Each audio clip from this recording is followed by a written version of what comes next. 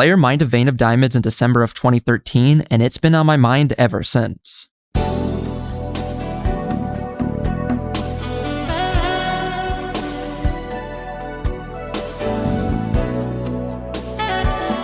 The event is a kind of battle royale, and after losing one of his teammates and narrowly avoiding his own death, Seth Bling, the game's foremost redstone technician, has managed to stabilize things with his remaining two teammates, and he's about to strike it big with some diamonds. He kills a neighboring zombie so he can get to work mining, hitting a nice vein of 1, 2, 3, 4, 5 diamonds. But did you catch that? If you're new to the game, probably not. But anyone familiar with this old cave and ore generation could see that, with 1 diamond on the bottom and 4 in the middle, a sneaky 6 diamond on the top has a good chance to generate. But Seth never looks up for it, he just moseys on away. Many folks likely saw this and thought nothing of it, and in fact only 2 out of the 250,000 who watched the upload even figured it was worth commenting about. Then there's me. I remember watching this upload fresh off the subscription feed in 2013, being perplexed by Seth Bling's seemingly obvious gaffe, then moving on with my day. But with each subsequent viewing, I've found myself increasingly infatuated by the seemingly mundane riddle that is this elusive diamond ore. As we'll soon find out, solving this mystery isn't just about the diamond, or Seth Bling for that matter, but instead takes us through a monumental era in Minecraft's history, a time where a pivotal group of creators and creatives shaped the landscape of the game that we know today. Welcome to the Ultra Hardcore Experience. Ultra Hardcore, or UHC, was created by Good in February of 2012, debuting it with his creator group Mindcrack, the very first to popularize the concept of a YouTube-focused survival multiplayer server. He initially conceived of the event as a 4-player one-life battle to kill the Ender Dragon, with the added twist of only regenerating health by eating golden apples, crafted with 8 gold ingots. None of the players in Season 1 survived. From here, Good pivoted the format in favor of a Battle Royale-style Last Team Standing event, and this decision promptly sent UHC's popularity stratospheric.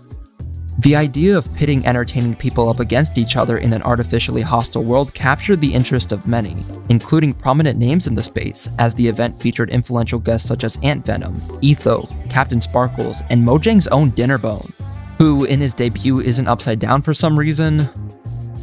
Much better. The power that Mindcrack UHC hosted over the broader game is especially apparent with his feature, as, much like its proper player orientation, Dinnerbone fell head over heels for the game mode, with Minecraft going on to add many features that were previously exclusive to Ultra Hardcore. A world border, command to spread players, game rule to turn off natural regeneration, and even the modern-day golden apple craft were all hallmarks of UHC. In some ways, this event hosted the most competent and influential group of players for its time, but that tends to not be what's remembered from Mindcrack UHC's run of 33 seasons.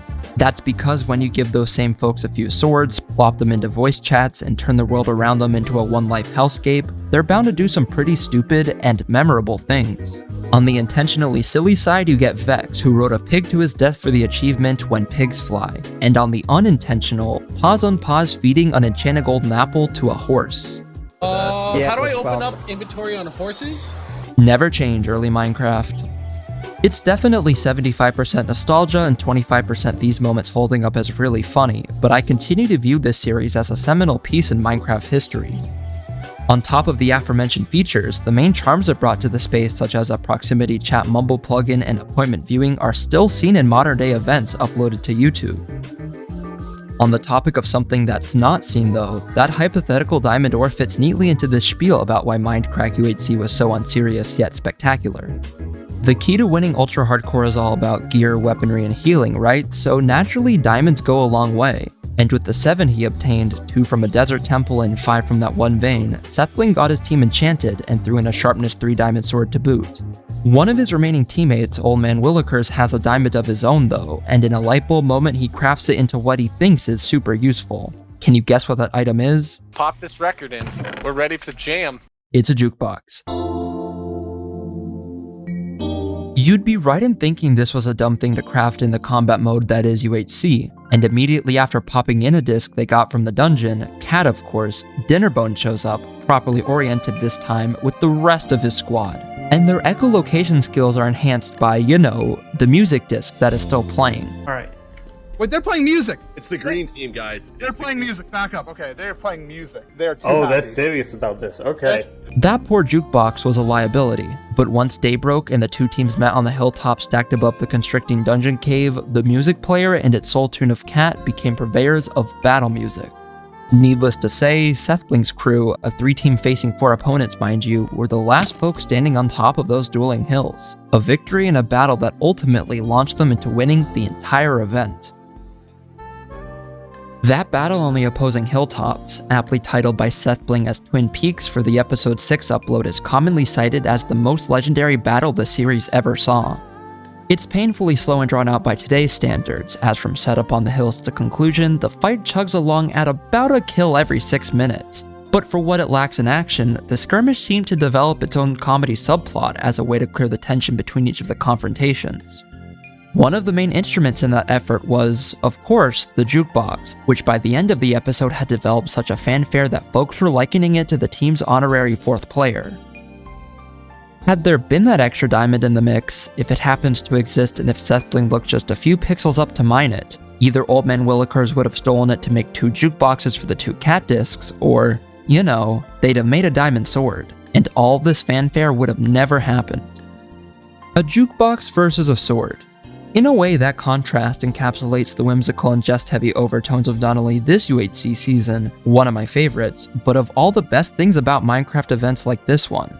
A diamond sword would have given the gang an even bigger gear advantage, but I and a bunch of others raised on early Minecraft would have never had the fond memory of when Mr. Willikers popped in a music disc and then promptly threw eggs at the enemy team to scare them. In a world of diamond swords, be a jukebox. But if these old Minecraft UHC events and the survival multiplayer server they're connected to are a jukebox, their song is long over. They changed the game forever, strands of both still living on in the media of the modern Minecraft era, but the scene has simply given way for bigger and more compelling things, the machine of novelty still churning. This is not a discourse on the whimsy and wonder baked into the simplicity of early Minecraft, you could get that from plenty of other sources, but instead one of looking at this as a snapshot in time and simply being taken back. The trajectories of each of its players, the actors in the UHC theater, are easily traceable. Sethbling recently returned to his roots by creating technically ridiculous Minecraft games once more, and many of his teammates and enemies have gone on to create things that their early blocky selves would simply marvel at. We live in a truly exciting time for this silly and seemingly inescapable game, but every once in a while, an endeavor into the past is needed, and for me that's through Minecraft UHC. I rewatch these old seasons quite often while editing, especially season 13, so when I see Seth mine that diamond vein and forget to look up, I'm transported to my very first viewing, back when I was half the age I am now, hosting in my mind the exact same question I'm still stuck with, one which bears no reason or purpose. It solves nothing, yet it's been a constant, no matter the amount of times I've rewatched, no matter what has changed or how the game of Minecraft further separates from this place and time.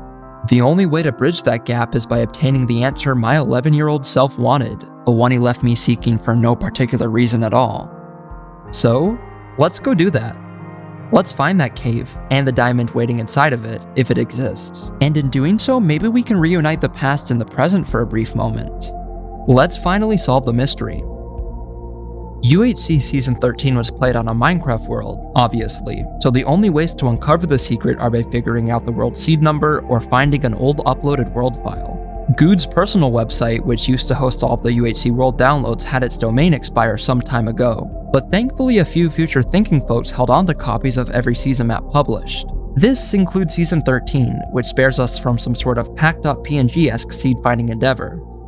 All we have to do now is plop the world into the saves file, boot it up in 1.7.3, the version that hosted Season 13, and we're in. Oh, and I guess that's the world border before the physical border was a thing. So if this is in fact the world seed, then should be able to find... Yep, there you have it. Oh shoot, that's crazy. The objective from here is just to find the cave that Sethbling mined those diamonds in. And that would be pretty difficult if not for the fact that Sethbling continuously would show his coordinates during the gameplay. There weren't many people that did that. And so I know exactly where it is. We're gonna make the trek to there though. So yeah, here's that village near spawn. This is the desert temple where either Seth or BOO got 50 gold. Yeah, it's not too far. Oh, here we are. You know what we're gonna do? We are going to recreate it bar for bar like Seth Blink saw it. Only we're gonna look up for the diamond this time, if it's there. Which, you know, it might not be. I'm actually kind of nervous. Should be. Yep, there it is. It's right here. Well, we're gonna mine it the exact way he did. 2, 3, 4. Oh my god. No way. No way. There was a diamond the whole time. Oh my god. I think there's only one thing to do with them at this point.